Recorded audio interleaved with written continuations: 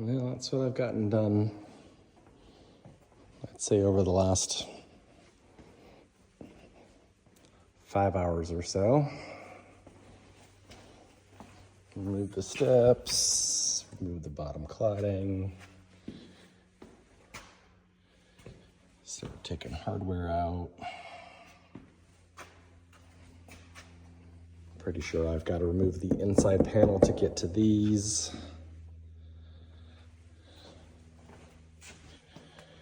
Probably got a lot of interior to take apart.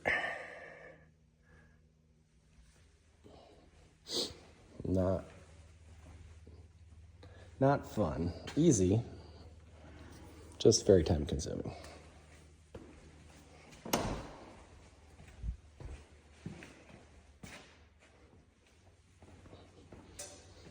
And I need to see if I can find a hood because this thing is fucking rusty.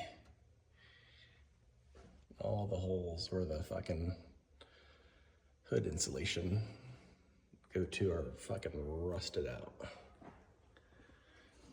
Took off the heat shields. Probably gonna media blast those and get those powder coated.